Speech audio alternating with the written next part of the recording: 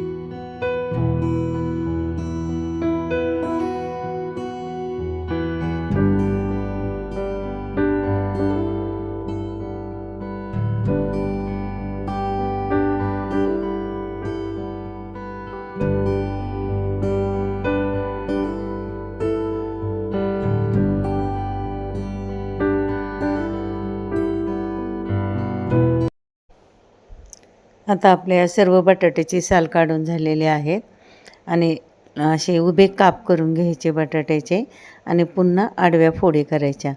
लहान लहान फोडी तयार करून घ्यायच्या आहेत.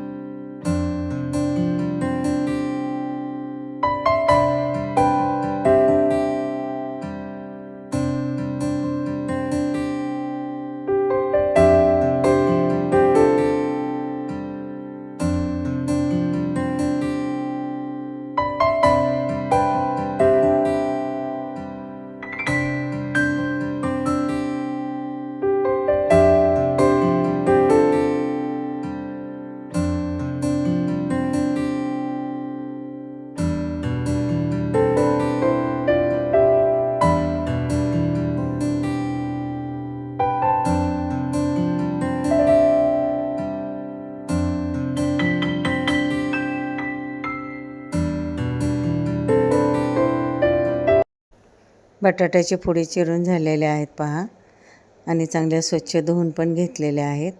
गॅस आपण चालू करून घेऊया. आता कढई गरम झालेली आहे. आपण जे साजूक तूप घेतलेले होते 2 चमचे ते याच्यामध्ये घालूया. उपवास म्हटलं की सारखी साबुदाण्याची खिचडी पण खाऊन कंटाळा येतो आणि त्याच्यामुळे आपण असं थोडं काही बदल करून उपवासाच्या दिवशी खाल्लं तरी चालते.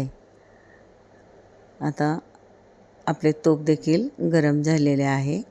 सुरुवातीला आपण शेंगदाणे घेतलेले आहे अर्धी वाटी, ते याच्यामध्ये घालायचे आहे. शेंगदाणे तुपामध्ये चांगले भाजून घ्यायचे आहेत आणि कडक होईपर्यंत चांगले भाजायचे आणि नंतर मग आपण जी चिरून घेतलेली हिरवी मिरची आहे ती त्याच्यामध्ये भाजून घ्यायची आहे.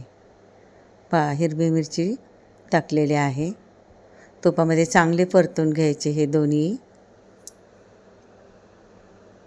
पहा खूप छान परतलेले आहे, म्हणजे खाताना चांगले शेंगदाणे अगदी कुरकुरीत लागतात. आता इथे मी अख्खे शेंगदाणे घेतलेले आहेत. आपण शेंगदाणे वेगळे भाजून आणि त्याचा जाडसर कूट करून टाकला तरी चालू शकतो. आता आपण चिरून घेतलेले बटाटे याच्यामध्ये मिक्स करून घेऊया. पाणी बिलकुल टाकायचे नाही. हा बटाटा चांगला वाफेवर खूप छान शिजतो आणि तुपामध्येच फक्त हा फ्राय करून घ्यायचा आहे. एकसारखे हलवत राहायचे आणि गॅस बारीक करायचा, म्हणजे खाली लागणार नाही. 1 चिमूटभर गोड साखर घ्यायची, म्हणजे तिखटपणा कमी होतो आणि चवीनुसार मीठ आपणाला टाकायचे आहे.